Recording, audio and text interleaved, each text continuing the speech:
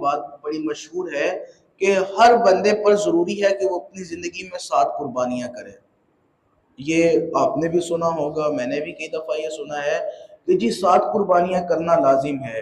اور عموماً ایسے بھی ہوتا ہے، وہ کہتے ہیں پچھلے سال تیری طرف سے کی تھی، چلو اس دفعہ جو نا فلاں کی طرف سے کر دیں،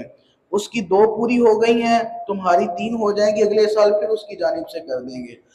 تو یہ مسئلہ سمجھیے، اگر کوئی اپنی پوری زندگی میں صاحب نصاب ہوا ہی نہیں، پوری زندگی میں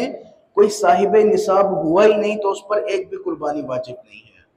اور اگر ہر سال کوئی صاحب نصاب تھا،